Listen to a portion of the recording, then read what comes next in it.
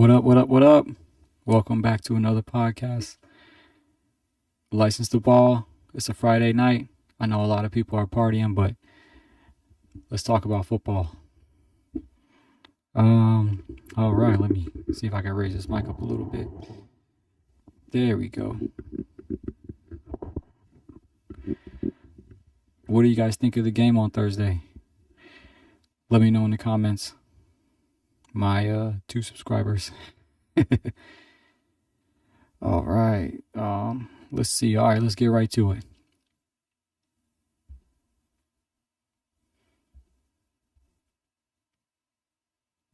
Oop, wrong one. I didn't think the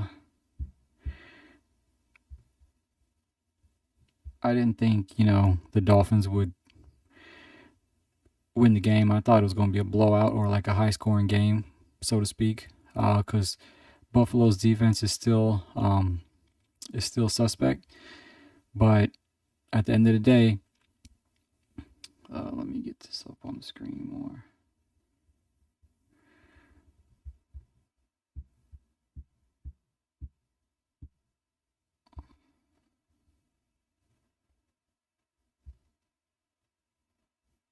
There we go. But at the end of the day, I didn't think it would have been as close as it got. But when you have two pretty much not so great defenses, or you could say each offense had a lot of firepower. Like I mentioned before, you got Tyreek Hill, Jayden Waddle on the Dolphin side, and then you got Josh Allen and Cook on the other side. Just pretty good offensive weapons. It just boils down to coaching and the quarterback. And when it came down to the wire, Tua Tagovailoa threw an interception, and the Bills capitalized. 31 points, 23 first downs. Josh Allen threw 3 touchdowns. Tua didn't do bad, but 146 yards, 2 touchdowns, and a pick when it mattered the most. That's not really a good look, given the direction that the Bills are going this year. So it's I don't know. Like I said in the last episode, I think Daniels might be cooked, because they can't get rid of Tua. They just paid him all that money. So because I don't think Tua's that great either. They were a good package at first. And the team as a whole managed to get some good rushing yards, 130 on the ground. But overall,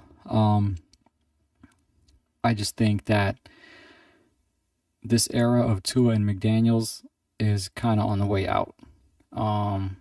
Like I said, they can't get rid of Tua because they invested a lot of money in him. So they're still going to get a few more years out of him.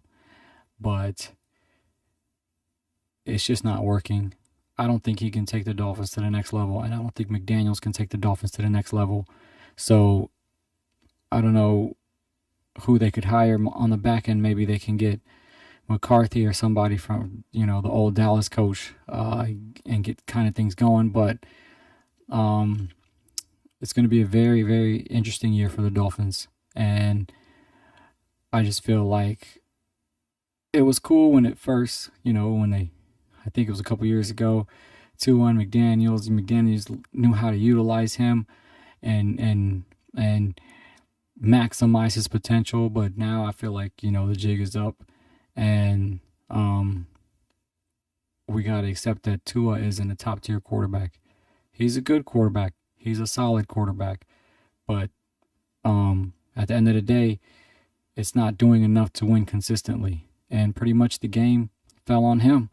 I don't want to be too hard on the Dolphins, because they did keep the game kind of close, but I don't think the Bills showed any panic at all. They were just coasting through, just scoring, and pretty much feeling like if we get the ball last, we're going to win. I didn't see any type of urgency, even when the game was a little bit close. So, the Bills are rolling to 3-0. Dolphins falling to 0-3. It's going to be a very interesting few games, and you know they're going to be calling for McDaniels. He's going to be the first to go. So, yeah, that's my take on that. All right. So what do we got next? And let's just pull up Josh Allen's stats real quick just to, let's see. Yeah, he did really good. 22, 38, 213. Not a lot of yards, but 3 touchdowns, 0 interceptions. And then you got Mr. Tua here, 22, 34, 146 yards, 2 touchdowns, and that one crucial interception. So, yeah. I mean, this doesn't look like a top-paid quarterback, if you ask me. And hopefully they can turn it around because they are a very entertaining team, And then, of course, you got Tyreek Hill, he's always complaining, and it's just not looking good this year. But it's still in the beginning of the year, so maybe they could turn it around. If not, McDaniels will be the first to go for sure. So, okay, enough dragging that out. All right. So, bad news for the Commanders. All you Commanders fans, myself included. Jayden Daniels is officially ruled out this week. And in place is Marcus Mariota. I'm not too worried about the sore knee for Daniels, but I've always been concerned that he has a smaller frame, and he did kind of bulk up a little bit, but he's running a lot, he's exposed a lot, and he's kind of slithery. He doesn't really take a lot of hits. He knows when to slide and dive and whatnot, but he's still putting himself out there. And I don't want the wear and tear to catch up to him. And it looks like it's already starting. Hopefully it's just a small sprain and we can handle him being out 1 or 2 weeks, but we got to get better protection, and we also got to get better defense so he doesn't have to worry about playing hero ball all the time. He is going to win us the game, and the Commanders are going to go as far as Daniels takes them, but we can't have him hurt all the time. We can't have him hurt. We got some good receivers. We got some good, decent running backs, and we just need to, get a better defense and also get better protection. So I think he'll be all right. He has having a pretty decent year so far. He's having a pretty decent year so far, for the year. 43-72, 433 yards, 3 touchdowns, 0 interceptions. Not bad. He could be higher in the touchdown department, but